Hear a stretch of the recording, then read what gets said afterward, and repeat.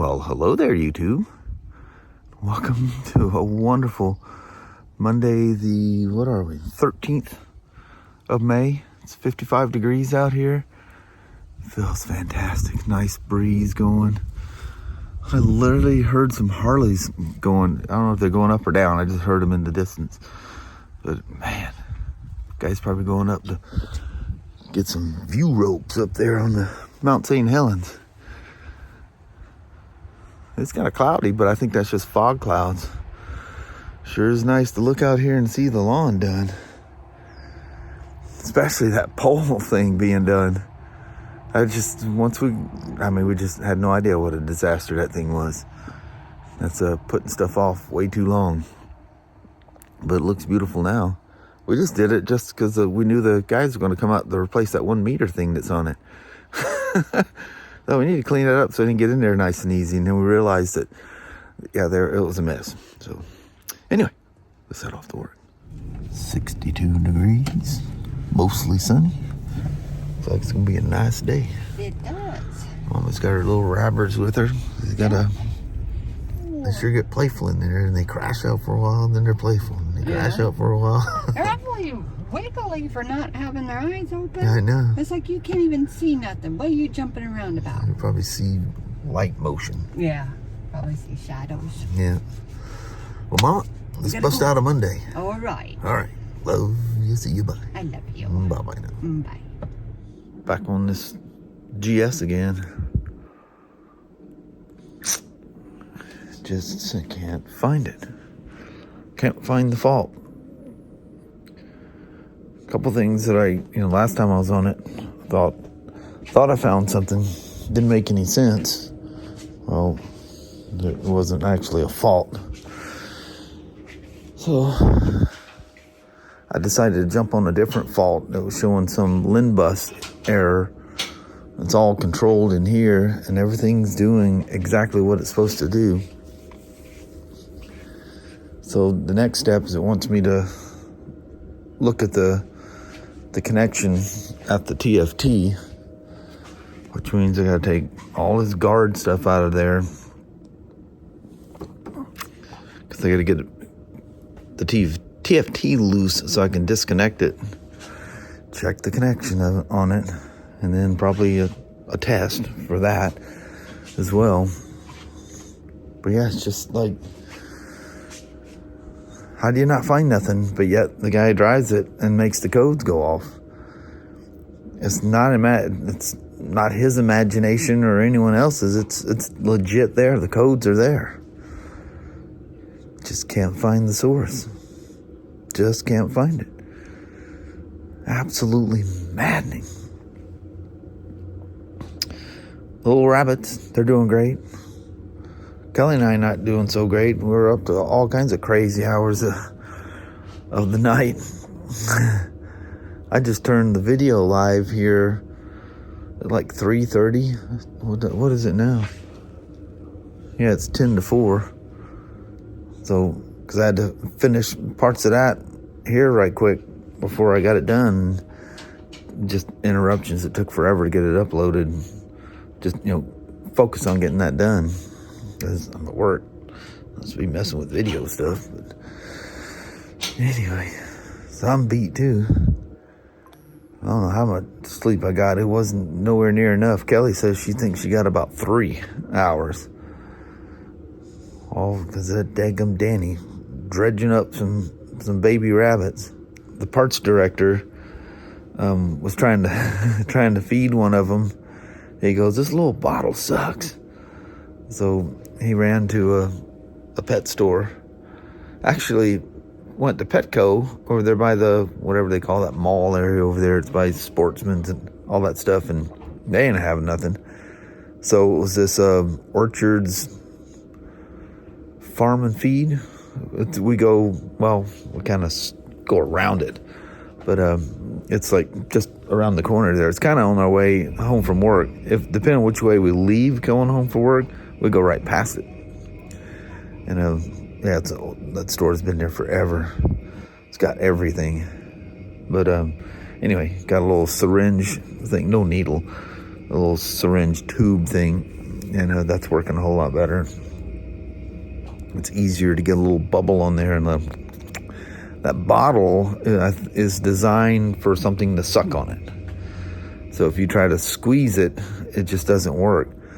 It's really small, but it works when you put pressure on it, like squeeze the bottle. It's like got some kind of one-way valve in there or something. You squeeze it, it comes out. But it's impossible to hold a rabbit in one hand, because if you squeeze the bottle, it locks the thing up. It's the darndest thing. I turn that rubber in that thing. It's so small, though, you never figure it out. It just doesn't work. You get a little bubble to finally, but your hands are so sore after squeezing the bottle so hard to get it to form a bubble. We've even tried putting a larger hole in it.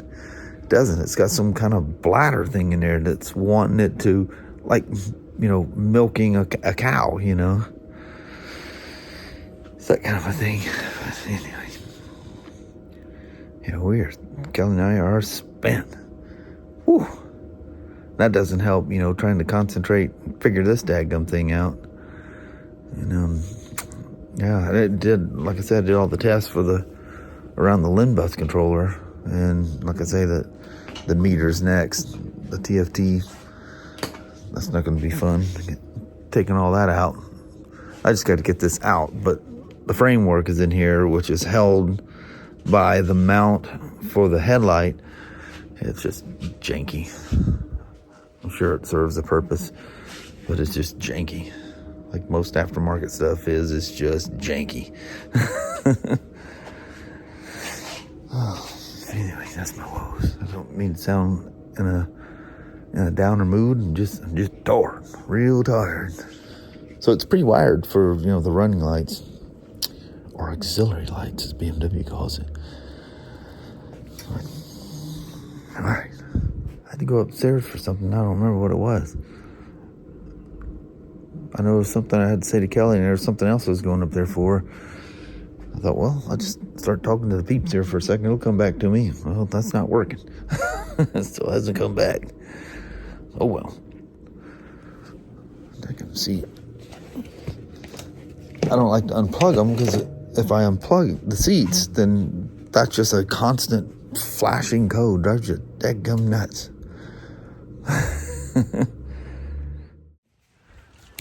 Coming out here to visit me again, Sasha? Man, I literally had to have... Oh, I see you there, Sasha. Yeah. Sorry about that. Literally had to have Kelly. Had to pull off the freeway and have Kelly finish the drive home. I was that tired, between lack of sleep and just being super sore from all that lawn work over the weekend. Yeah, I was done. And I mean, I hit that passenger seat and went out cold. She goes, wow, you're really tired. I said, yeah, it was not safe for me to be driving. So, anyway, made it home safe and sound with the help of the little woman. What's crazy is I think she got less sleep than I did. She goes, it was getting pretty rough that last bit. Yeah, it was not safe for me to be driving anymore. So we did a swap out. That was towards the end of the day when I was talking to you guys.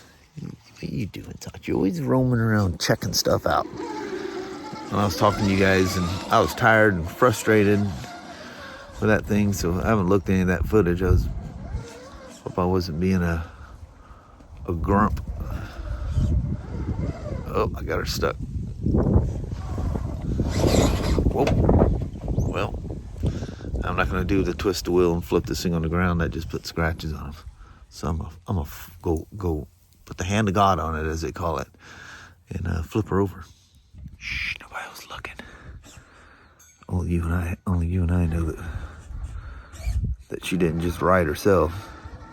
You can easily flip them over, but it's pretty brutal to the body work. And I already put a good scratch on this thing when I accidentally sent her off the little table out there. Actually, it's an old dog cage. You guys remember when all the dogs got fixed? We hauled them to Centralia, I think it was, and then they took a trip up to Tacoma or Seattle or something like that. You guys remember the face on Sasha and Abby? That look of doom. I'm pretty sure they thought we were sending them off for slaughter or something, you know. Especially that Abby. Oh man, that look on her face. Sasha's got the same thing as Abby. She can have 1,000 looks just in a stare.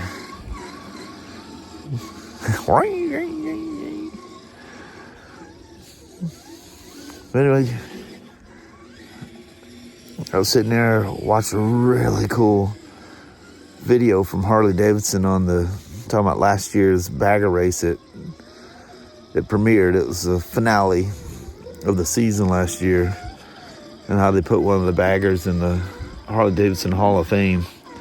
That has started a whole new thing. I mean, look at the new CVO Road Glide ST they just came out with. If you guys haven't seen that video, it's really cool. Just look up Harley-Davidson on YouTube. You'll see it. It premiered today. But, yeah, cool stuff. Yeah. I was trying to get the camera on. He thought I was ignoring him, so he bailed out. What do you think there, buddy? Huh? Lucky for you. He had those things in his mouth. He come walking out of there, out of the bushes over there, and Kelly goes, "What do you got?" And he went and bit down and just went boom, boom, dropped them out. I don't know if he was packing them to us or had some bad things in mind. We have no idea, but all worked out well. They're eating like crazy now. Like I think I told you at work, the parts director went to that pet shop and got a syringe thing, and they're just gobbling it up now. That little feeder thing looks like a little miniature baby bottle with a little tiny nipple on it.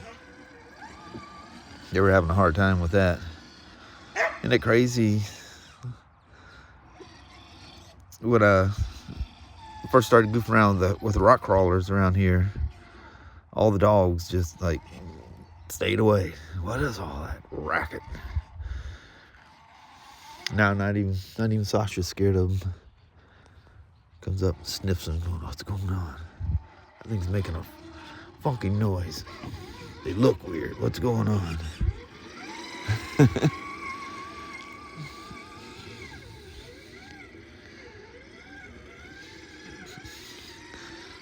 This whole thing just sounds like an old truck with a granny gear in it, doesn't it? Well, she's sure a lot quieter than what it started. Man, that thing made a lot of noise. Holy moly. Man, it's starting to get quite windy out here. It was windy yesterday, too.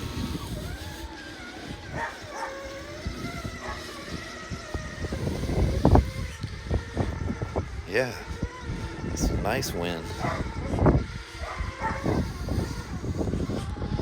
The old Gen 8 V2.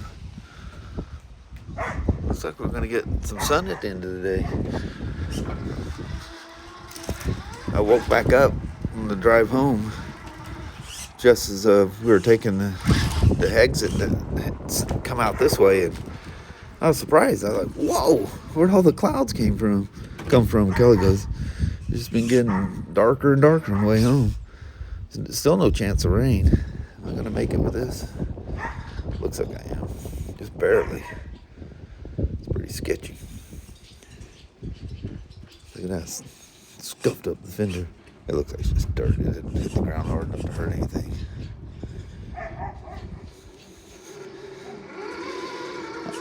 I'm not sure if I think it was the overdriven front end I put in the Gen 9. And then the steel gears that was going in this ended up going in my Ascent Fusion. It turns out it's the same transmission.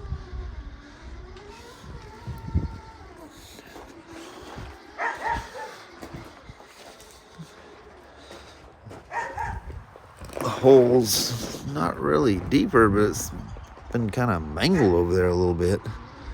like they've been sleeping in it. They've already dug their hole, now they're laying in it. A lot of people extend the rear end of these things to help gain a little ascent and departure clearance for that rear bumper. I don't like the way they look when they extend them. It just looks funky. Now the truck's super long, you know. It's hard to get these scale trucks to turn in certain situations. I'm not gonna make it worse by making the thing a mile long, or maybe that would help it. I don't know. Not in tight quarters. Boy, that board or whatever it is there is just slipperier than heck.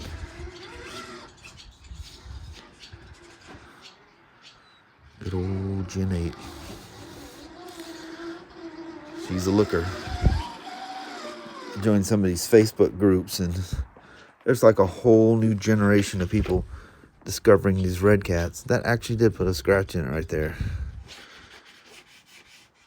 Yeah, that's just a dust mark there.